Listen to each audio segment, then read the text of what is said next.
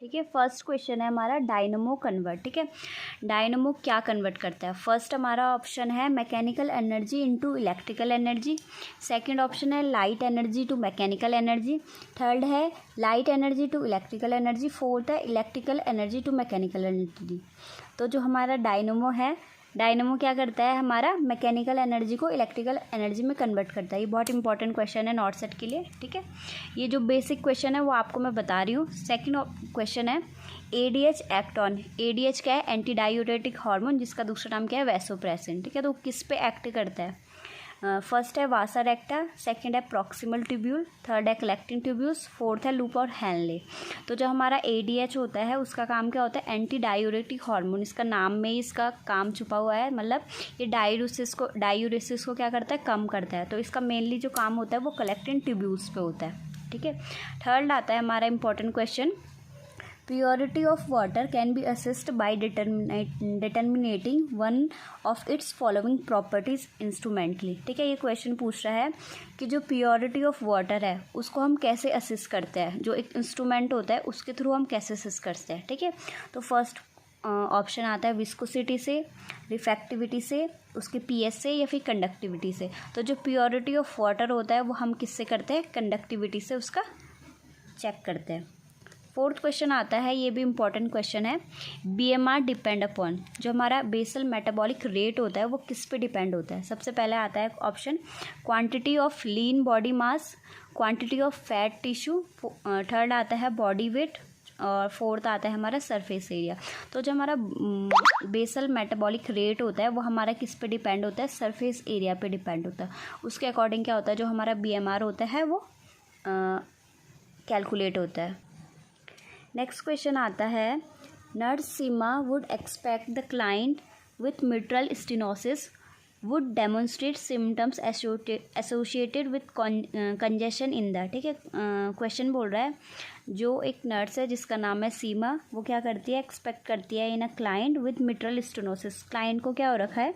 Mitral stenosis हो रखा है। तो उसमें वो क्या किस जगह पे कंजेशन देखेगी? तो फर्स्ट आता है right atrium, aorta, superior vena cava, या फिर पल्मोनरी एरिया पे।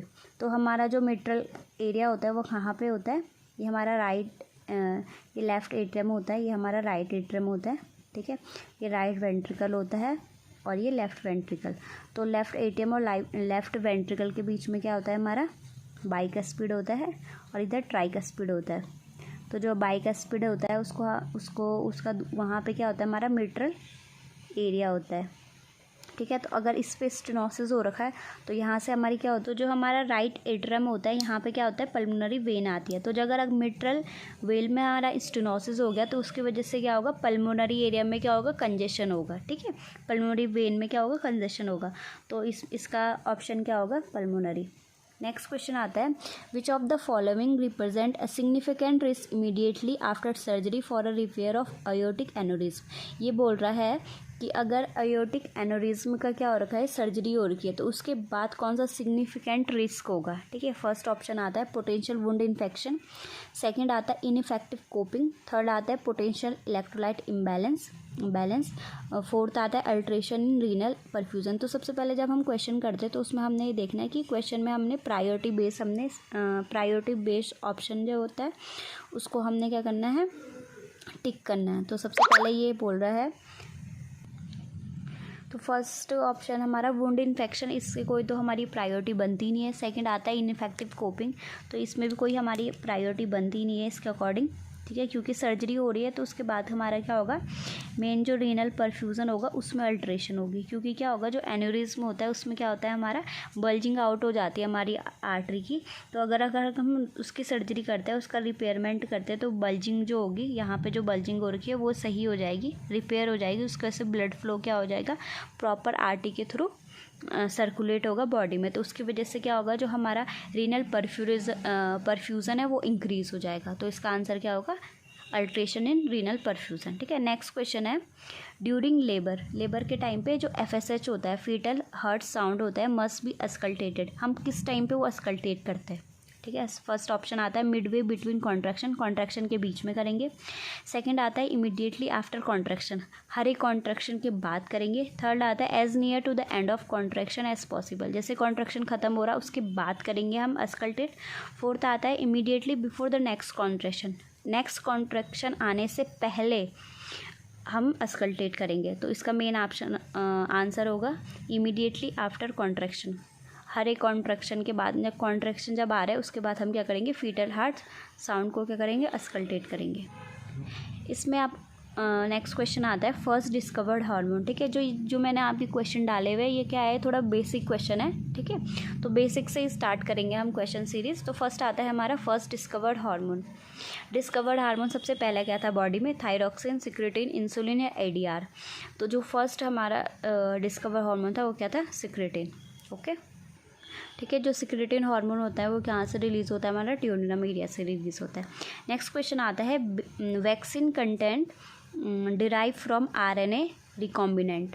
जो हमारा वैक्सीन कंटेंट है, जो फर्स्ट हमारा क्या होता है आरएनए रिकॉम्बिनेंट से बना हुआ था, वो कौन सी वैक्सीन थी। तो इसमें मीजल, बीसीजी, टिटनेस या हेपेटाइटिस बी। तो इसका आंसर क्या होगा, जो हेपेटाइटिस बी थी वो हमारी फर्स्ट रिकॉम्बिनेंट क्या थी, वैक्सीन थी, आरएनए वैक्सीन। नेक्स्ट क्वेश्चन आता है nurse assist vital sign on a client undergo epidural anesthesia, which of the following would the nurse assist next। ये क्वेश्चन पूछ रहा है कि नर्स क्या कर रही है, एक पेशेंट का वाइटल साइन ले रही है, ठीक है, क्लाइंट है उसका वाइटल साइन ले रही है जिसका क्या हो रहा है, एपिड्यूरल एनेस्थीसिया हो रहा है। तो उसका क्या बोल रहे हैं, कौन सा विच of the following would the nurse assist next, कौन सा नर्स क्या करेगी, असिस्ट करेगी उसके बाद, ठीक है। एपिड्यूरल एनेस्थीसिया हो रहा है उसका, हेडेक, डिजीनेस, ब्लैडर डिस्टेंशन या फिर एबिलिटी टू मूव लेग। तो हमारा इसमें हमने प्रायोरिटी देखना है कि ऑप्शन में क्या हमें प्रायोरिटी होता है। तो इसका आंसर क्या होगा, ब्लैडर डिस्टेंशन। क्यों, क्योंकि जो हमारा एपिड्यूरल एनेस्थीसिया होता है वो हमारे स्पाइनल एरिया में लगता है। तो जो हमारी जो ब्लैडर की जो नर्व होती है, तो जो ब्लैडर होता है उसमें हमारा क्या प्रेजेंट होता है, स्ट्रेच रिसेप्टर प्रेजेंट होता है, ठीक है। तो मैच्योरेशन वगैरह क्या होता है, जो हमारे स्पाइनल नर्व होती है उसके थ्रू होता है। तो इसमें सबसे हमारा फर्स्ट प्रायोरिटी क्या होगा, ब्लैडर डिस्टेंशन को हम चेक करेंगे। Okay, thank you.